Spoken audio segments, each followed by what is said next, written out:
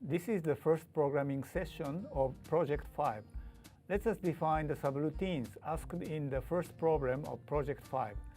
That is, the subroutines implementing the encryption and decryption functions. I think you have already downloaded zipped file for this Project 5 on your desktop. Let us start with preparing a necessary folder. Open Finder, then click Home icon, and then double-click CS. Now unzip this downloaded file and move this folder here. Now let us check files in this folder. So for this, let's activate terminal and then go to the room for the Project 5, cdcs/proj5. Okay. Then ls to check the files there. We have 8 programs in this directory. Now for the first program, we in fact make programs for encryption and decryption. Let us see the sample encryption program with the editor. So start code editor. Okay. File open. And then open home and double-click CS, double-click proj5, and then double-click encrypt.rb. Okay. This is the current encryption program. We need to complete this program by writing this part, the definition of subroutine enc. As we learned, this part is essentially the same as the encryption program enc.rb we created in the last project. Actually, we have this program here in this directory, this folder. So let's open it. Okay, new window. Okay, and then open. And then enc.rb. Okay. Now we copy this part and paste it.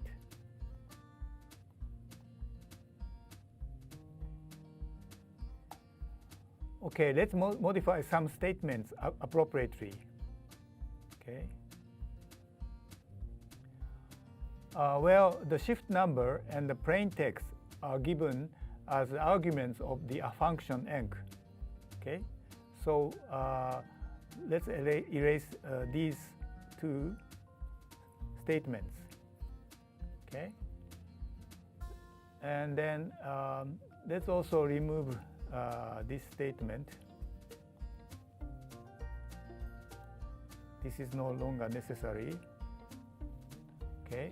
Then instead of this puts command, we use return command to report the answer as a function value. So change it to return C. Okay. Well, we had better give some indentation to each line. Okay, so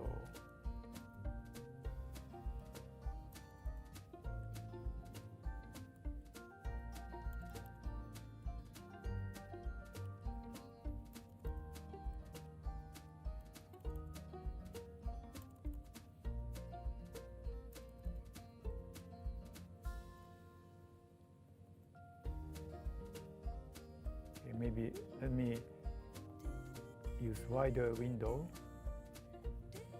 Okay.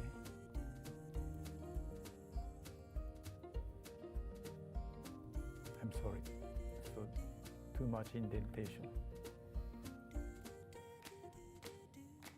Okay. Right.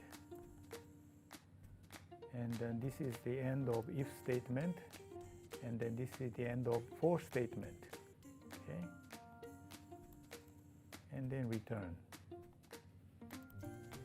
Okay.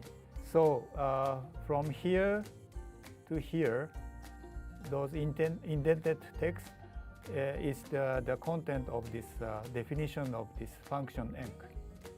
This is good enough for now. Let's execute it. Okay, first save it.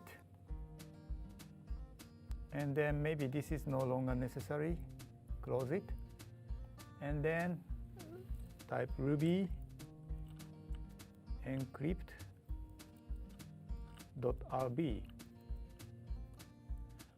Then how about typing hello?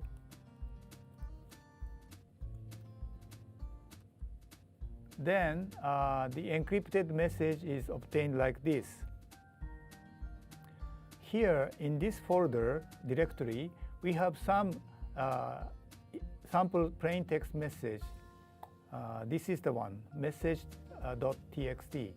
Let's encrypt it. But before, let us see what is written in this file. For this, type cat message.txt. This is the command to see the content of the file message.txt. Okay, this is it. This is the original plain text. Let us encrypt it. Okay, for this, Ruby encrypt.rb and message.txt. Remember, this is the redirection, okay, for giving an input from input string from the file. So this is it. This should be the encrypted message. Okay, this one. We will check its correctness later. Now let us go back to code editor and create this decryption program. Okay. New window. Okay, open. Well, we also have its template in a folder, decrypt.rb. So let's open it. Okay.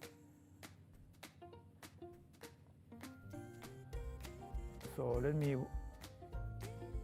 make it wider. As you see, the program was already prepared well, which is quite similar to the encryption program. Let us compare them. So first consider the body of the program. Okay, maybe here also the body of the program. So okay, here after the definition, this is the after the definition, the program body starts. In the encryption program, after setting K, the shift number K, the program reads the plain text and transform it to a ciphertext by using this function enc. And then program terminates the execution by showing it on the screen. Okay. The body of the decryption program, decrypt.rb, this is parallel to these instructions. First, K is set to 7. Then the program reads this time ciphertext. Okay, and then transform it to a plain text by the subroutine dec. Then it shows this obtained plain text on the screen. Now consider the function definition. For this, we go back to the top. Here we go back to the top. Okay. Again, the structure is quite similar. The difference is the usage of the variables. While subroutine enc is given an original message as an argument, this is as an argument, and then on the other hand, the subroutine dec is given ciphertext C as an argument. In order to distinguish these situations in these two programs, this program, variable m is used for keeping original message, while C is used for the ciphertext. Of course, such choice of variable names doesn't matter to the computer. We are using these symbols so that we humans can recognize the difference clearly. What is essential is for computing the code of the encrypted character in the subroutine enc. As we discussed before, this is the way to compute the code. We modify the distance dist by adding the shift number k modulo 26. What should we do for the decryption? Well, for the decryption, I would intuitively suggest to do the reverse operation, right? Let us examine what sort of operation is indeed the reverse operation by trying some experimental calculation on the terminal. As we learned before, we can execute a Ruby program interactively. For example, execute the command showing 0 plus 7 modulo 26. Type ruby minus e puts, for example, 0 plus 7 under modulo 26. Okay. Let's execute this command. Then the result is 7. You get the result 7 here. Okay. This means that the letter A, the distance 0, shifted by 7 is 7. The new distance is 7. Okay. How about the letter Y? Recall that the distance from the letter A, the letter Y has a 24 distance from letter A.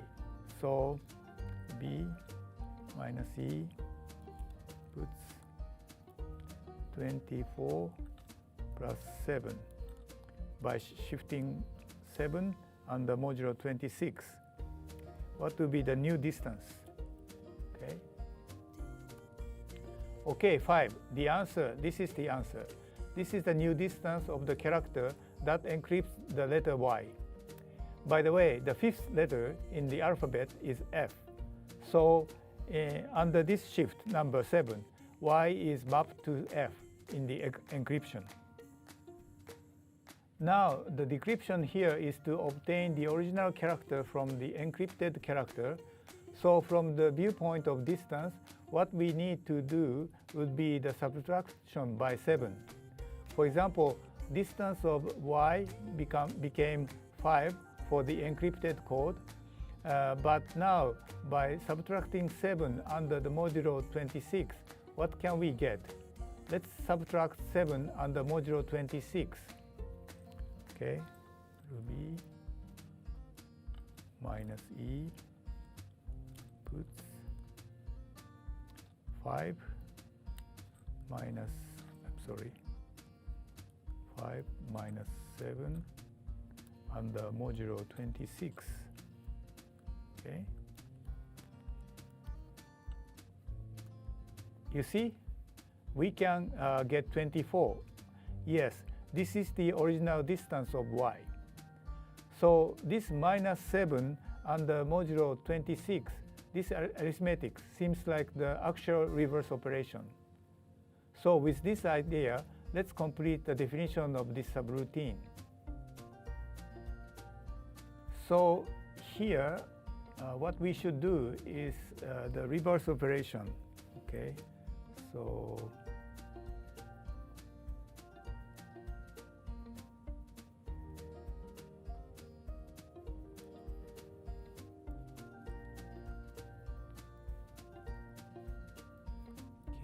minus k under modulo 26, right?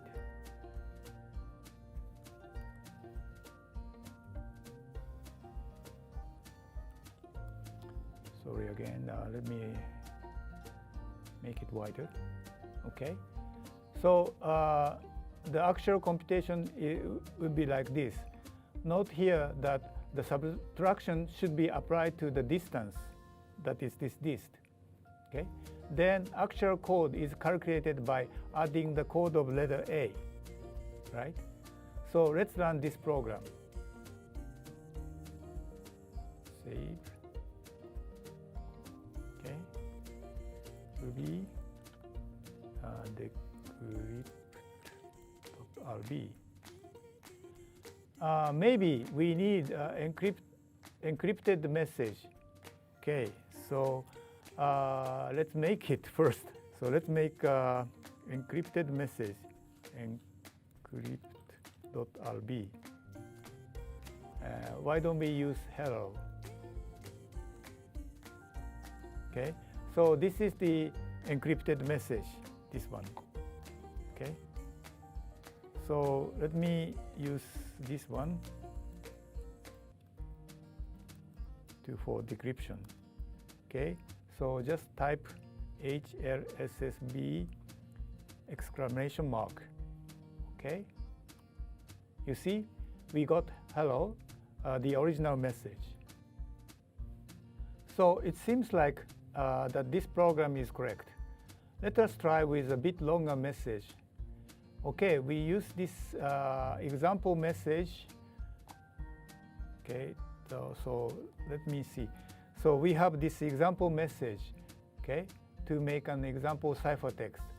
So Ruby encrypt.rb, then use message.txt, and let's store the result to the file, says c.txt. Okay. Let's see what is stored in this c.txt. cat c.txt. Okay, so this is the encrypted message created from the message.txt. So let's decrypt it. Ruby decrypt.rb, and then get input from c.txt, this file. Then we could get back the original message. You see, from this, we can ensure that the encryption program and decryption program both would work. With this, we conclude this session.